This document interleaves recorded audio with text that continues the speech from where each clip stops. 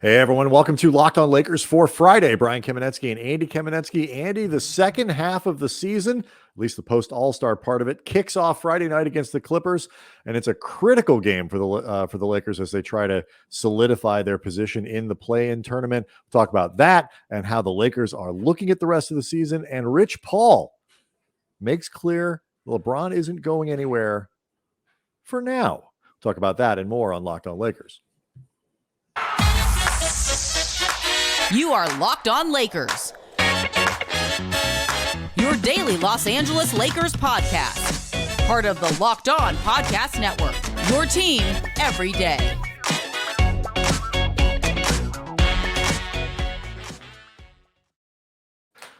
Want to thank everybody for making Locked On Lakers your first listen of every day, Monday through Friday, and sometimes on Saturdays and Sundays. We get this thing up as fast as we possibly can, wherever you get your podcasts, however you do it, and never behind a paywall, always free.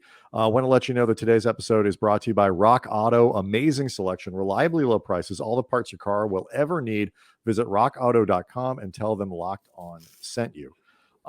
So over the All-Star break, we talked about this earlier in the week, a lot of leakage going on around LeBron James and his discontent with Rob Pelinka and the Lakers. Rich Paul put at least some of that to rest, the immediate fire, through Shams Charania and some other people. Stephen A. Smith. He did a lot of, say this about Rich Paul, he will go on the record a lot. Mm-hmm. I mean, you always have to take, and I don't mean this against Rich Paul, you have to say this with any agent, and any rep, you always have to take a little bit of this with a grain of salt because all these guys are in the spin business. But there are not many, if any, agents who will actually put their name on a quote, whether you believe it or not, more than Rich Paul. Yeah, and for example, when Shams explained it, we'll get to this later in the show in more detail, but when Shams went on the Pat McAfee show and relayed the conversation that he had with Rich Paul, he said that he doesn't believe LeBron was going anywhere in the foreseeable future. It's one of those agent words. Foreseeable does a lot of work in that sentence. And or so just acknowledgement of how much longer do we all have anyway. Guess that's true too. It's a little more of a morbid and cynical take on it, but yes, times being what they are, I can see why you would go that direction.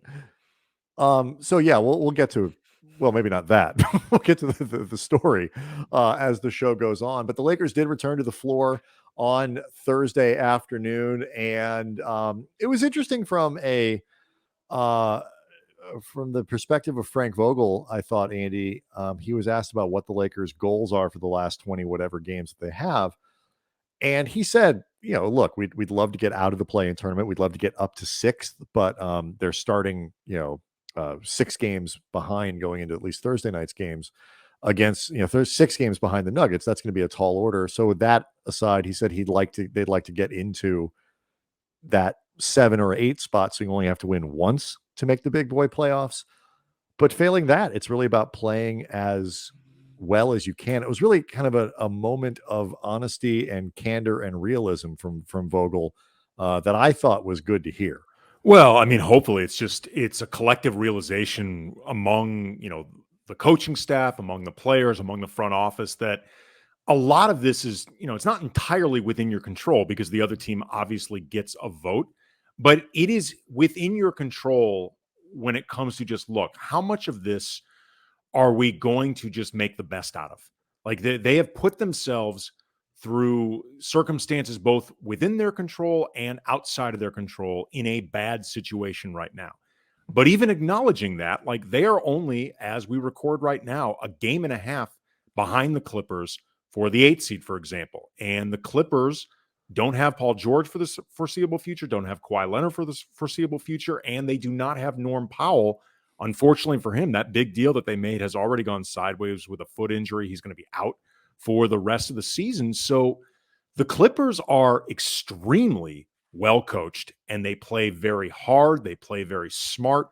But the Lakers with LeBron and Russell Westbrook in this game have a talent advantage over the Clippers. At least certainly at the top end. They have absolutely. The best, they have the two best. Well, this really gets into it. At the very least, the best player on the floor is LeBron James. And depending on what you think about Russ, ought to be the second. Look, depending which version of Russ, if you get Russ the last 2 games the Lakers played before the All-Star break, Russell Westbrook is likely the second best player on the court, or there's little gap between him and 2 or 3. The point being, though, in a talent-driven game and league, the Lakers can at least put themselves in a position to take advantage of opportunities. They've got 2 games in this coming week against the Clippers.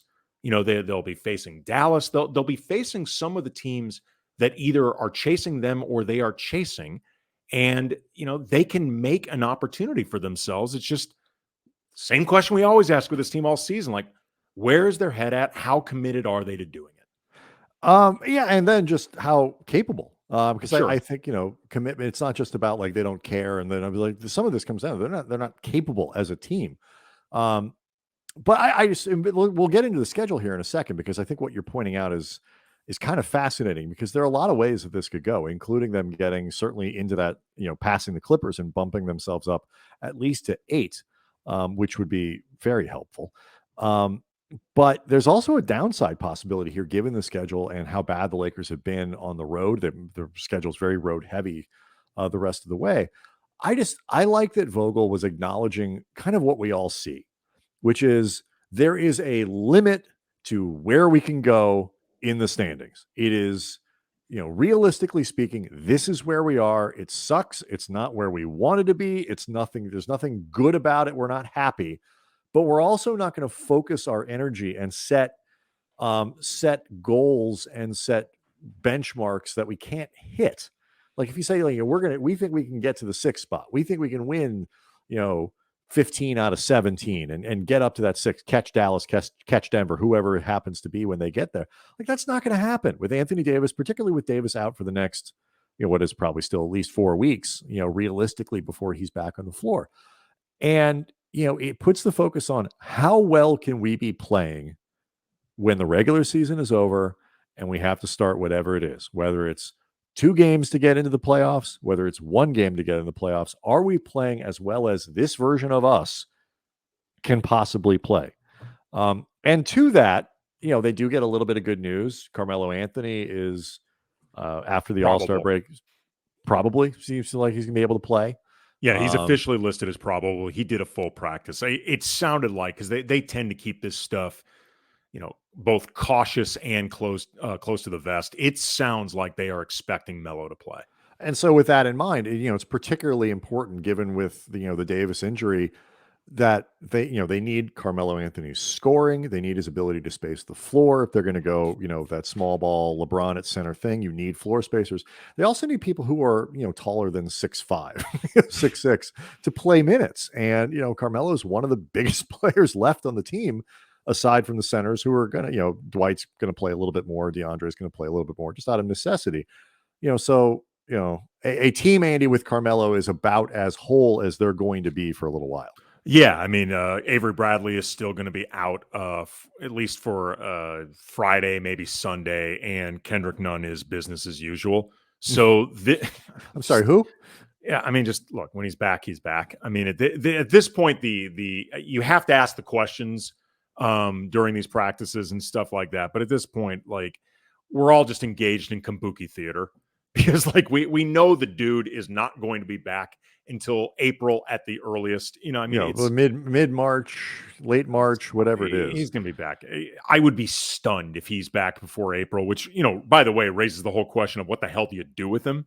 Like, but and I feel terrible for Kendrick Nunn. I mean, this is, I think in his perfect world, he was going to play well this year, opt out of his contract, sign another one with the Lakers or someone else. And, sure, you want the kid to have a chance to do that. But the point being, though, like, it's kind of ridiculous for us to even be mentioning this, asking about all that stuff. But, I think Melo in and of itself, and I think this is something we're going to end up getting into over the course of the show, Melo being back in a few ways, I think will help this team. And it feels like they've really missed him. And it's something we can talk about, because I know we wanted to talk about some of the guys who aren't LeBron and aren't even Russ, like the guys who nobody would label stars at this point, that who really are going to matter during this stretch. The Lakers can really do something with themselves. All right, so we'll do that. We'll look at the schedule. We'll go through the roster, see which players really do need to step up. for the Lakers to get where they could go. And we'll talk about LeBron and Rich Paul and Rob Pelinka and the Lakers. We'll do all of that next. Locked On Lakers brought to you by Truebill. You know why free trials, Brian, renew without your consent? It's a business scam out to get you. Don't let greedy corporations pocket your money. Download Truebill to take control of your subscriptions. Truebill is the new app that helps you identify and stop paying for subscriptions you don't need, want, or you just forgot about. Like on average, people save up to $720 a year with Truebill. Companies, they make subscriptions hard to cancel by design. That's the grift. But Truebill makes it incredibly simple to get rid of them. Just link your accounts. Truebill will cancel your unwanted subscriptions in one tap. Truebill has over 2 million users. They've helped them save collectively over $100 million. That is 9 figures, people. So don't fall for subscription scams. Start canceling today at Truebill.com/LockedOnNBA. Go right now, Truebill.com/LockedOnNBA. It could save you thousands a year. Truebill.com/LockedOnNBA. Locked On Lakers also brought to you by Rock Auto. With the ever-increasing numbers of makes and models, it's impossible for your local auto chain parts store to stock everything that you need. And why endure the pointless and intimidating questions? Is your Odyssey an LX or an EX? I don't know. It's a van, all right? It's a minivan, and I like it. I have one of those things, and I enjoy driving it. But I want to, have to deal with the guy behind the counter who's maybe just getting me the thing that he's got back and he's trying to get rid of and all that. I don't want any of that. I have a computer. I have access to rockauto.com at home. I can do it on my mobile device, which is my phone, as I call it. I don't call it my mobile device. I call it my phone.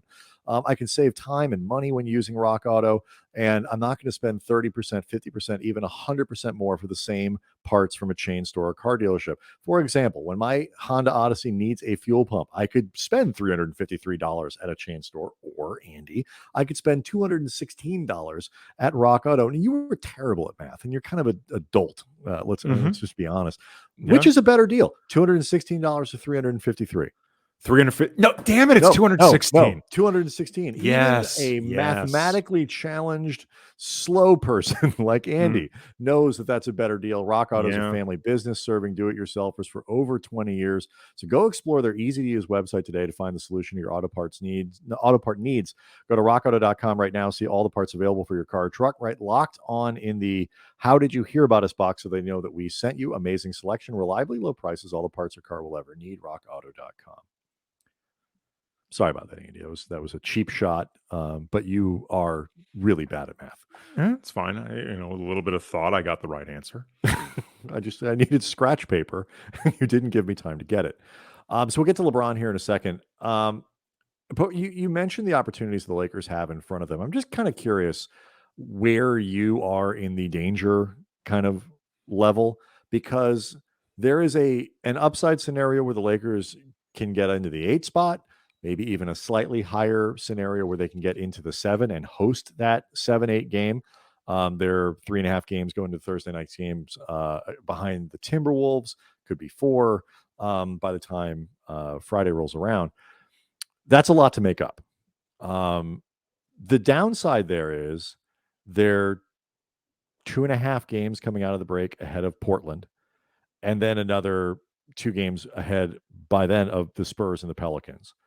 On a scale of 1 to 10, Andy, how much would you rate your concern that they might end up 11? Because they could fall to 10. I guess it's possible. Do you have any concerns really right now that they won't make even the play-in? Not really. I mean, if you're asking me, do I think it's impossible? The answer is no, because you're not going to make any money overestimating this team. I think that's just a fair statement to make. And look, who knows what ends up happening if they end up getting on a streak of like 6 or 7 losses, and all of a sudden you start thinking about, would it make more sense to shut LeBron down? Right. Like things like that. That was a scenario, by the way, that was a scenario that was tossed around a lot during the All-Star break. Like if they have a bad, like would LeBron just shut it down for the year? Right, exactly. And again, I don't think we're there. I want to make sure that's very clear. I'm not anticipating that. I just think you would be absolutely Pollyanna to think that it's not possible at all. That being said, though, they are 4.5 games against the Spurs. And the Spurs are not a team that is currently constructed to win. I think there's a chance that theoretically they could get passed by Portland. Portland's playing really well since the CJ McCollum trade. The trade involved Portland sent Larry Nance Jr., former Laker, part of the kids, to New Orleans, and New Orleans sent Josh Hart, another former Laker, one of the kids, to Portland. Josh Hart, by the way, has been killing it since he's been in Portland. Great year. The two of them, because they're friends going back to when they first started with the Lakers, to make things easy on themselves, I'm not joking, they're just swapping houses. I know. That's awesome. Like, that's really interestingly enough, also swapping wives. I just added that. That's not true. I don't even know if either one of them is married, but wouldn't that be a controversy?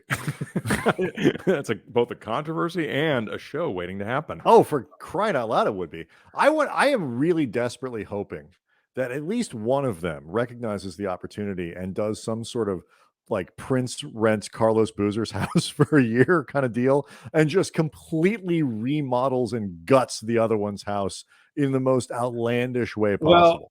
Well, no disrespect to Larry Nance Jr. or Josh Hart, two guys we both really liked a lot while covering them. Neither one of them is as cool a story as when Prince does that. No, there's a big difference between Prince turned my house purple and Larry Nance as a goof remodeled my house. Also too, it's also funnier when it happens to Carlos Boozer.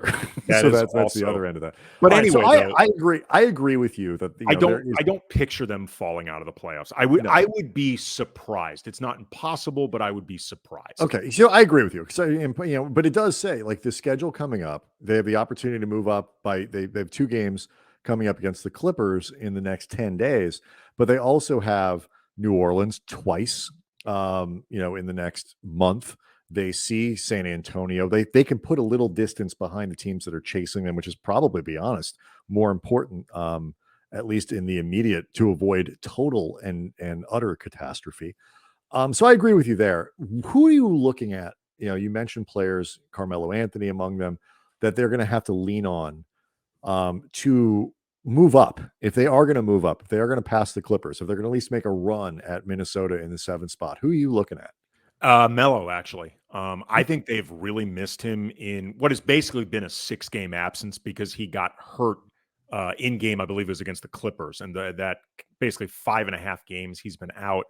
Melo is tied with Malik Monk essentially for their best 3-point shooting. They're both shooting around 39-ish%, both taking about the same volume. They are by far the 2 best outside shooters on this team. This is a team that sometimes lacks for offense between their own offensive issues and their proclivity for giving up possession through turnovers and things like that. So they cannot waste opportunities to score. Interesting stat I saw from Jason Timpf over at Lakers Tonight, part of the Volume Network. Shout out to Jenkins and Jones, our friends who are also over there as well. Net rating of different players with LeBron. 5.3, Melo and Austin Reeves. They lead the team, or at least what I saw from this stat from Jason, of players playing alongside LeBron. Melo has been very good, particularly with LeBron this season. I also think, honestly, too, they miss Melo's spirit, man. Like, Melo goes out there and competes. Like, we've talked all season about this team and their inconsistent effort and focus and fight and resolve. And thinking about this, there have been very few times where I've thought about that with Melo specifically. Like, whenever Melo's out there, it feels to me at least like he's competing as hard as he can. Like, defensively, his issues are what they are, and he is always going to be, on balance, somebody you're concerned about defensively. But what he does do is try to be in the right spots all the time. He pays a lot of attention. He's talked about by a lot of other guys as a big time communicator, and he cares. Like, Melo is a great example of somebody when I talk about, the things that Russell Westbrook could do to be better defensively in terms of just focus and intent and purpose when you're out there defensively. Melo at least tries to get the most out of himself while he's there. Even if the most isn't enough, you don't feel like he doesn't give a crap defensively. That's And I think fair. that matters. I will say though, when I think about spirit and the way you talk about it, to me, it's just and I think I agree with you. Melo's really, really critical for this. Um, he seems to enjoy his work. He seems to Yeah. enjoy playing. I Yeah. mean, I mean, I know we have debated, the amount these guys are trying, there and all these other things over the course of the year. And I think sometimes it comes and goes. I think their lack of success overall has weighed on them. I think they're thoroughly still confused as to how to operate as a team. And even sometimes when they're trying, they look so bad, it just doesn't translate well, and it gets very frustrating. But one of the things that Melo does is he seems to like playing. Like, even through all of this, as bad as this year has been and as much of a drag as it's been emotionally and all, he seems to enjoy himself. And I think that part of his spirit is probably more important, because I think most of the time these guys are trying. Malik Monk's trying, and Taylor Horton-Tucker's trying, and Austin Reeves is trying. And, I mean, it doesn't always work.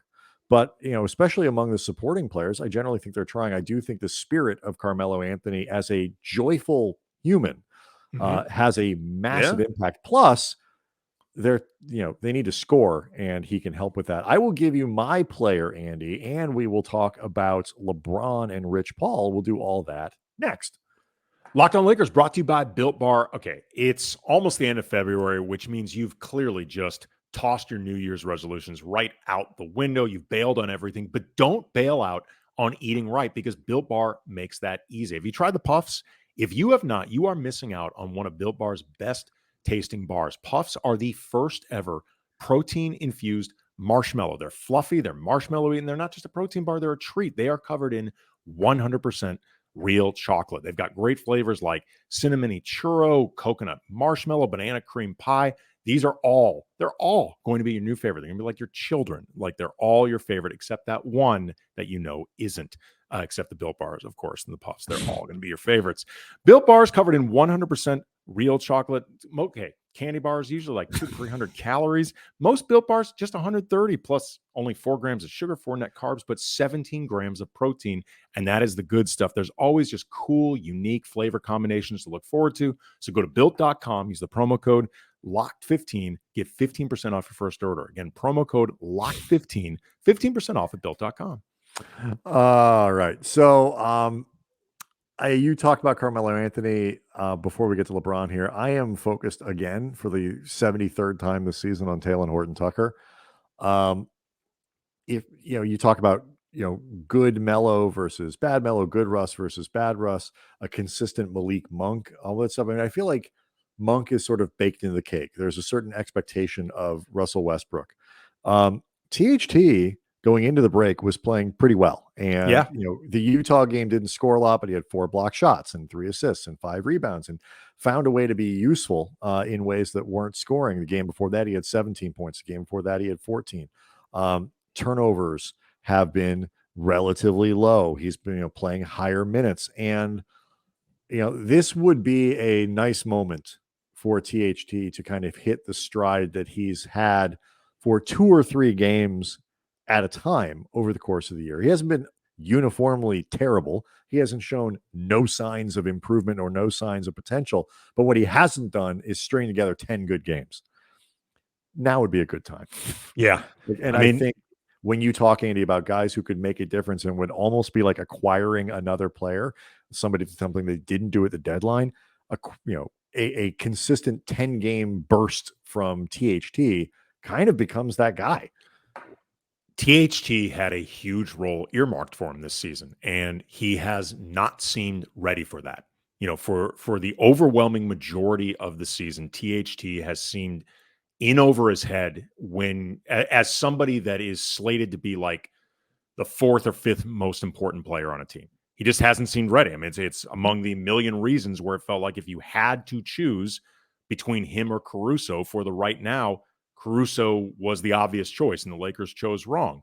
That being said, though, you do wonder if maybe just being past the deadline and THT knowing that he's going to be on this team and not having to hear about, all the rumors, but all the rumors with the Lakers involved him. There was not a single rumor. Him and Kendrick Nunn, but he's not available. So right, but I mean, yes, it was Kendrick him. Nunn. What was he attached to? I mean, like, you know what I mean? Like, all those memories of sitting on the bench in street clothes. You know what I mean? Like for THT, this is the only team he's ever played for. And, I know he's been in trade rumors before, but it was basically THT rumors for the Mhm. Lakers. So you have to wonder if this is kind of overwhelming, particularly on his first big boy deal. And, there was a lot of scrutiny with that deal.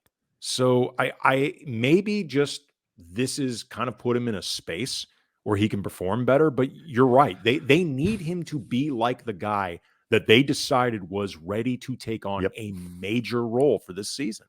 All right, so we'll get to well, I don't know how much of the LeBron and his future in LA we'll be able to get to in this episode, but I have a feeling Andy will be able to revisit a lot going forward. But let's start with the news of the last couple of days, which is basically that Rich Paul has diffused some of the hottest of the fiery talk. He's made it clear, hey, okay, LeBron isn't going anywhere for the foreseeable future. He doesn't want to be traded. All this. We'll talk more about what the Lakers need to think about this summer, whether or not they should look into trading LeBron. Bill Plaschke at the LA Times has a column about that. Whether there's trading, lots of time to unpack all that stuff. What do you make of Rich Paul diffusing some of the right now highly overt tension that was developing around the team and around LeBron? Well, first of all, when it comes to anything with Team LeBron, he always wants to be in control. Mhm. And you wonder if they felt like the reaction was spinning out of control in that maybe the temperature was turned up higher than they wanted. I mean, LeBron was clearly trying to crank up pressure, but maybe he felt Oh, like, and did. okay, right, absolutely, no, It you know, worked. mission Yeah. accomplished. But you wonder if maybe there was like, okay, this is even hotter than I'm not going to say anticipated, but wanted. There also could be the idea of, okay, the reaction to this wasn't exactly what we expected. There was perhaps a little more of like, the F did you expect, LeBron? You helped push for this deal. The Lakers, they may not have done anything at this deadline, and we've discussed this at great length and don't need to, rehash all the reasons why. But ever since LeBron got to the Lakers, you can't accuse the Lakers of either A, not being willing to give up capital and assets. I mean, they've moved damn near anything that wasn't nailed to the ground over the time since LeBron arrived with the Lakers. You know who's left? LeBron. That's it. It's literally, that's it. That's the only person who is left from when he arrived for 3.5 seasons ago till now. LeBron. That is the beginning and the end Well, of it's the because list. he was able to find a different plucky white guy to bestow a fabulous net rating on. But So. shout out to Austin Reeves. But you know what I'm saying? Like, they made aggressive deals to bring in Anthony Davis. They moved Danny Green and a pick to bring in Dennis Schroeder. They made Mhm. an all-in move for Russell Westbrook. Like, everything hasn't been perfect. And have they done everything they possibly could? No. But it's hard to say that the Lakers haven't been active enough with LeBron. If anything, you could argue they've been too active. Yeah, I think that's true. I think it's one of these deals where if you are 100% correct. Like, there is a point at which people start to look at LeBron as partially at least responsible for this because he was an advocate of the trade. Now it is up There was to a the lot of GM, backlash against LeBron over right? the last week. And because people point out like, hey dude, look in the mirror. But the flip side, and they pointed, the good news is you can blame LeBron and Rob Pelinka if you're an angry Lakers fan, and you probably should, because this is, they both bear responsibility. Rob Pelinka's job as a general manager of the Lakers is to manage the expectation of stars. Absolutely. And if he genuinely thought that the Westbrook deal was a bad idea, like, guys, this is really bad, it's not going to work, his job was to say no, and which is why I think he was kind of on board with the whole thing. And I'm so, sure he was on board with it. I have no doubt. right. The Pelinka-y Lakery move. When it puts completely, it puts the context of LeBron's career. This is what I find interesting about it, is like, it makes you sort of pause. It's like, okay, the Cleveland stuff. Well, he wants to play with Bronny. Okay, that's good. But nobody knows exactly when that's going to be. He wants to win, but he doesn't necessarily want to move around a ton. His reasons for wanting to stay and not wanting to look like he's trying to force his way out of LA are a lot of the same reasons that he came here in the first place. He likes it here. His kids and family, who had spent a lot of time before LeBron signed with the Lakers in LA, liked it here. A lot of business here, and that doesn't change. His younger son is entering high school too and is playing basketball. And he has a daughter. He doesn't want to go anywhere. And I think that's for perfectly respectable reasons that go well beyond, winning and losing on the floor. And so, he doesn't want a situation where it suddenly seems untenable that he could be here for another couple of years. And, to see them dial it back a little bit and take a little bit of the heat away for the immediate, again, when Shams goes on with Pat McAfee and says, for the foreseeable future, lot of wiggle room in what that means. I don't know how far ahead these guys can see. Some people can see very far ahead in the future. Other people can see a week on a clear day, Brian. Right. I mean, so the word foreseeable gets to do a lot of heavy lifting in that sentence. It is impossible, though, to believe that they wanted to take all that tension away or take all that pressure away in the long term. And I don't think they did. But at least in the short term, it'll get people to stop talking about it quite as much, unless they lose 6 or 7 or 8 games in a row and suddenly LeBron decides to shut it down or whatever it might be. Then it's going to be bat bleep crazy around here and not in a good way. We'll be here, though. Yeah. Oh, yeah. No, 5 days a week, wherever you get your podcasts. And you can also check it out on Locked On Lakers on YouTube. And we appreciate it. I think, did we get to 5,000, Andy? We are just on the cusp of 5,000. By the way, to a reminder, and I've been meaning to just bring this up again for people. Make sure that you are active in the YouTube comment section, because we occasionally use your comments as talking points, but also make sure that on the Apple show page that you are leaving 5-star reviews or 5-star questions. They can be total criticism of us. You can bag on us, but if you give us 5 stars, we'll read it. It's all about the algorithms. We do like a good algorithm. All right. So we will please do that, though. We will involve you with the show. Yeah, we like as many different ways to communicate it with us as possible. And we will try to do something following Friday night's games. It is a big one. The first game back out of the break for the Lakers. And, it's a big one in the standings. It's a big one psychologically for them. So we'll try to come back with a little mini podcast after that. And otherwise, we'll see everybody on Monday. Have a great day.